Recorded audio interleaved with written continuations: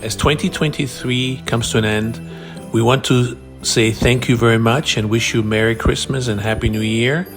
At the end of our podcast, we have Yourself a Merry Little Christmas, which I recorded in our sound studios for you. Happy holidays, Merry Christmas, a peaceful and successful 2024, your SciTech Swiss team. Good morning, ladies and gentlemen. We are back here with SciTech Swiss, a special edition. The holidays are coming up. You can see the red in the room, the Christmas bulbs here. We would like to speak to you about a little bit about the history of technology, and the topics we chose are movies that dealt with future technology in the past. And so Karina and I will talk about it in terms of what was produced, how they became famous, and what the technology at the time the movie was produced was actually doing. Because I mean, a lot of these are very futuristic, and that's why we thought we not only combine that with our wonderful holiday wishes for everybody and a Happy New Year, but also use this as a technology review. So without much ado, Karina, the floor is yours. Thanks a lot. So everyone, Merry Christmas, first of all, and thank you so much for following us on SciTech Suisse. Thank you. And today we have a special Christmas edition where we review all these fantastic movies. And we'll start most probably with The Matrix. And that was actually 1999, the year when I was born. Yeah. And yeah, exactly. And it's one of the most iconic movies. And we actually know that the first developments of AI started actually in the 60s. And it was a long run. How old was I in the 60s? Yeah. Where were you in the 60s? Where was I in the 60s? Yeah. In the 60s, I was in Austria. I was born and raised in a little village in Lower Austria, and technology at that time was the fixed line telephone. So we didn't have any AI whatsoever. We had everything very analog, if you will. And what do you remember about The Matrix? Have you seen the movie? Or? Yes, The Matrix is a fantastic movie. Became famous not alone because of the main character. Who was a total heartthrob for all the women and girls at that time in 1999. Yeah. And 1999 was a very important sort of threshold because it was the time when Microsoft and Apple got some traction, when we did have some sort of mobile telephones, when we had the first personal computers. Keep in mind that before 1990, IBM with its huge wagon-size computers were the way to run the technology.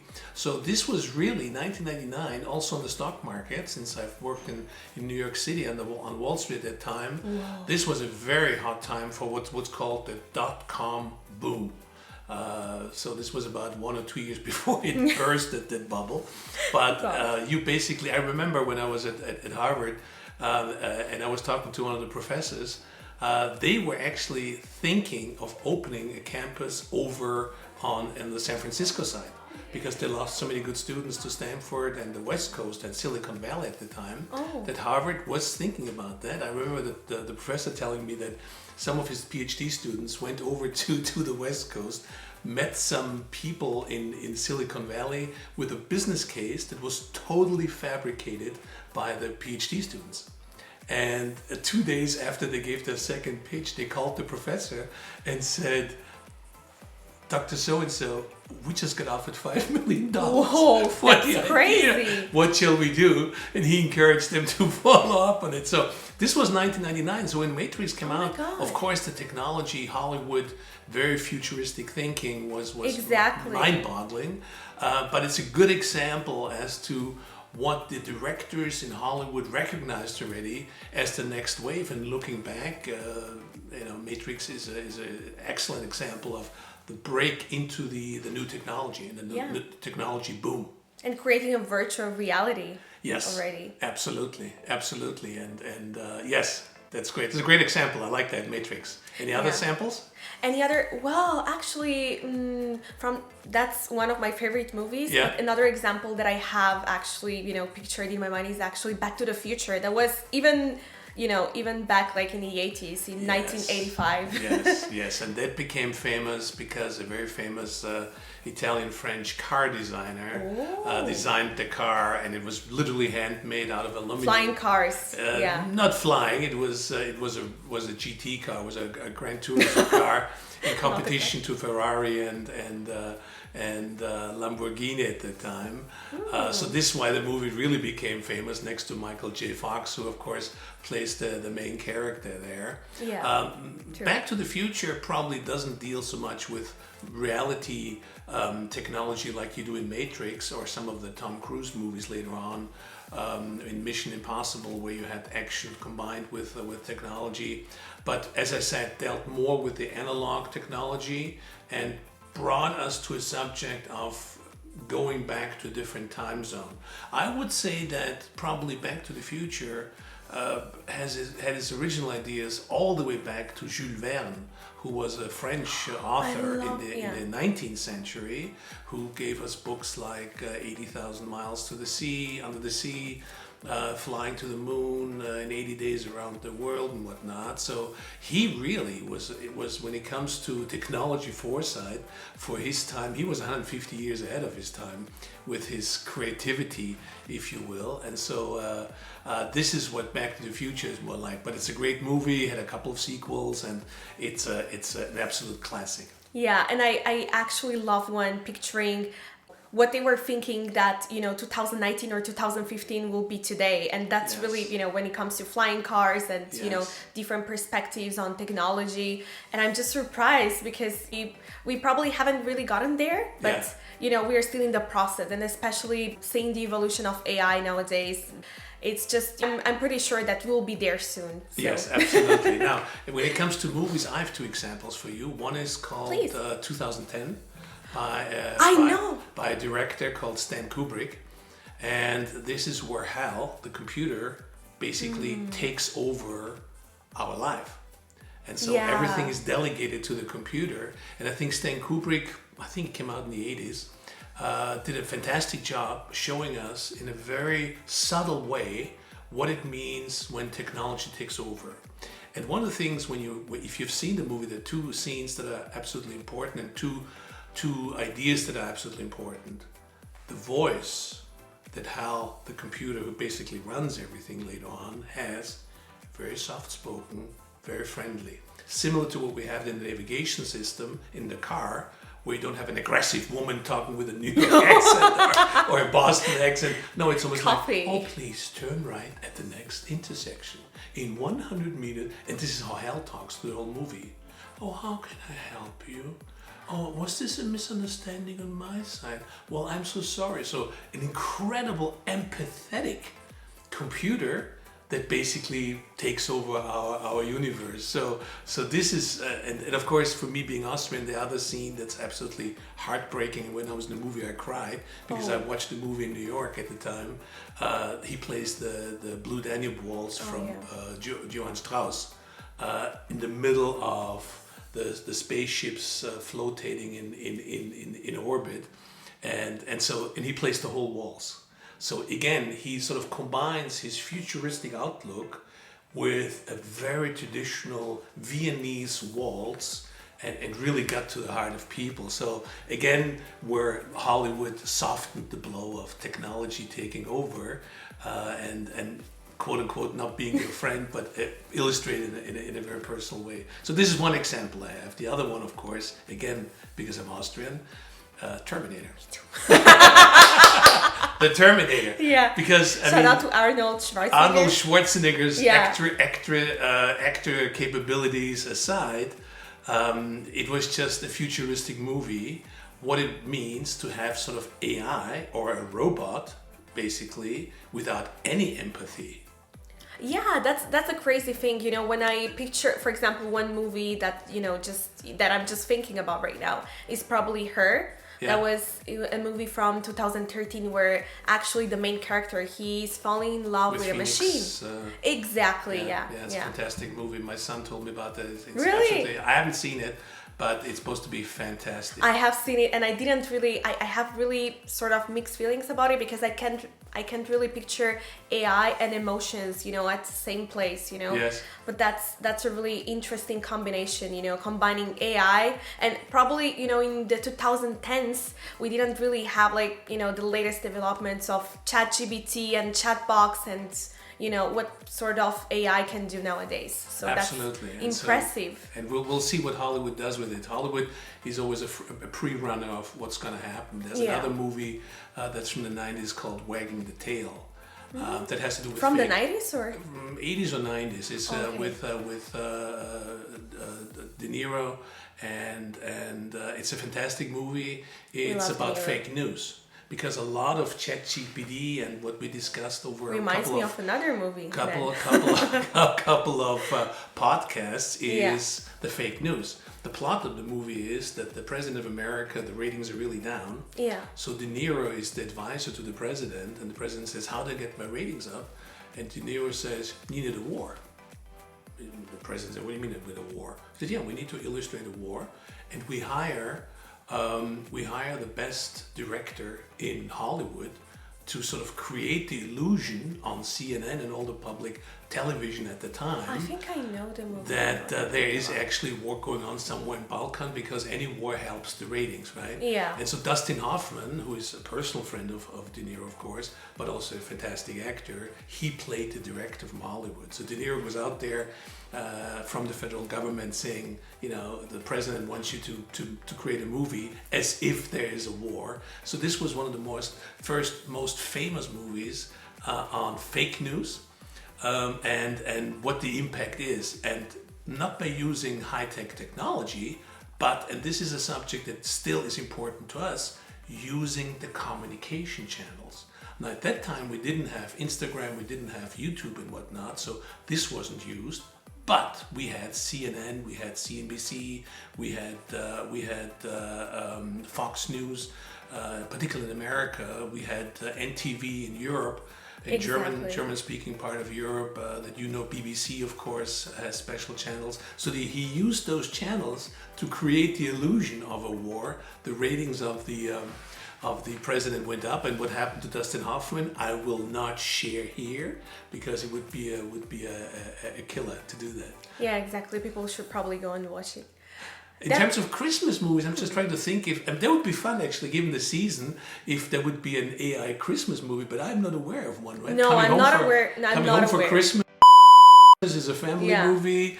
The Grouch, which is a fantastic Or story. The Grinch probably is one that really pops in my mind. Or another one is Home Alone. Home Alone is my favorite one when it comes to the Christmas season. But no technology. No, right? Actually, there is no Actually, I'm not sure if there is or there is no technology involved, because Kevin was actually using these tapes, for that time. I think he was very creative when it comes to sort of technology, or the technology back then. The analog technology. The analog technology. Yes, absolutely. Yeah, not the digital technology. Yeah, absolutely. Exactly. And the Grinch, of course, is based on the kids' story by Dr. Seuss. At least that was the working title of the. Jim Carrey was the main character, right? Playing the Grinch. I believe so. Yes, but there's cartoons, and of course Dr. Seuss himself did cartoons. I think it's even from the 30s, or it's in the area of Tintin, which was very famous in France, and the Spider-Man and the Superman, that whole Marvel. Well, there's another example: Spider-Man, Superman. I mean, that's a fantastic one. I don't know if you've seen the latest Spider-Man, but my gosh, this is full of technology. I've seen and AI. And so this goes back to the comic strips from the 30s and 40s that Marvel in America developed, and Dr. Seuss was another one in that genre, but not the technology part. This is sort of the fantasy world. But so there's indirectly, we have been around innovation and using innovation in a creative mode. And with the invention of movies, of the films, or the flicks as they used to call them, or the shellacs, which were the record players, we now were able to produce that and use different channels to come out with that. So When it comes to channels, I probably have another movie for you that was from 2010, and it's really picturing, how sort of Facebook was created as one of the main channels that we are using today. I mean, nowadays we are using more, probably other channels more than the other ones. Yeah. But it's sort of when it comes to the, misinformation or, technology and how people really were involved in creating this sort of channel. So it's really interesting to see. Well, it's funny because when you just mentioned here, it strikes in my mind. There's a poem written by Goethe called the Magician's Apprentice, which he wrote in the 1800s in Weimar, where he basically has an apprentice that works with a magician. And the magician goes out for lunch and the apprentice is now taking over. And he thinks he can control the brooms and he can control the whole household. Of course, the whole thing becomes a mess. What I'm trying to say with this, if you listen to Zuckerberg, when he invented Facebook, his intention was to have people within Harvard communicating. And then later on he thought, oh, that would be cool to have all the Ivy League schools communicating and create sort of a community. His vision, quite honestly, neither of him nor the two twins who came up with the original ideas in Harvard was to create Facebook as a monster that it is. If you look at, I had at Harvard a case study on Amazon at the time when Amazon was nowhere in the 90s, and the case was basically, why can Amazon attract additional investors if it only loses money? And the answer of Bezos at the time was because they buy into the vision, right? So none of these guys sort of woke up one day and said, I'm going to create the largest book company in the world, and now Amazon is doing everything. It's also a development. The closest I have read was Bill Gates in 1990. He wrote a book called The Way Forward, and I read it in 1994 when we just started with the whole PC and technology evolution. Oh my God, it's so nostalgic. And his observation was, he said, well, the postman has to knock on your door. I, at Microsoft, don't, because the plug is already in your apartment. Yeah. The plug is already in your living room, in your office. So I don't need to knock on the door. As long as you plug in and have access to what was then the WWW, which was a big thing at the time, I'm in. So he already shared a vision a good 30 years ago that he realized this could bombard, but even he probably, if you were to ask him, didn't expect to be sort of a monopoly and create something like Microsoft or what have you. So in all fairness, we still have sort of the human brain coming up with ideas, creating engines that take on some of the creative evolution, if you will, and where it takes us, we sort of are the apprentice of the magician, right? The saucer's apprentice, where we now start futzing around with stuff that really the saucer should know, and we are the apprentices. So let's philosophically, and since this is a Christmas edition, let's reflect on the responsibility we have, and keep in mind and be honest to ourselves that with the whole evolution and the whole revolution in the technology and the usage of us, like here doing this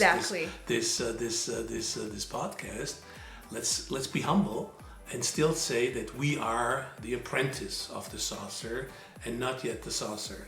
That's up to a different section, not technology, that has to do more with religion and philosophy. Exactly. So with that in mind, I wish you all the best for the upcoming holidays.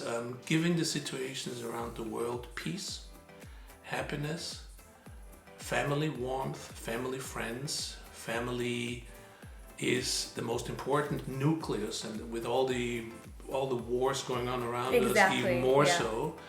Do use technology to the utmost, but be responsible about it.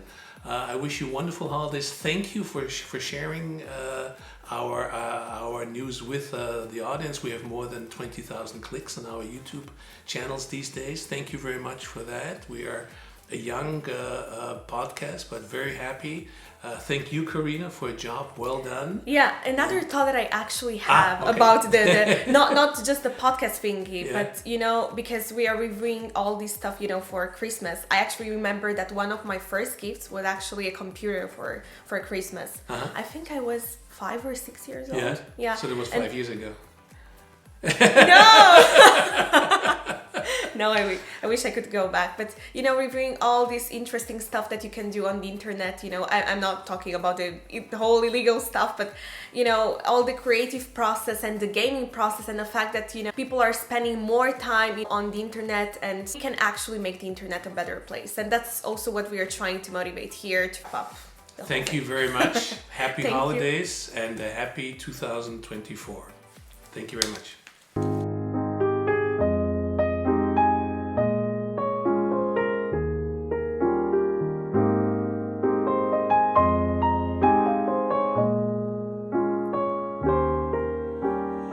Have yourself a merry little Christmas. Let your heart be light.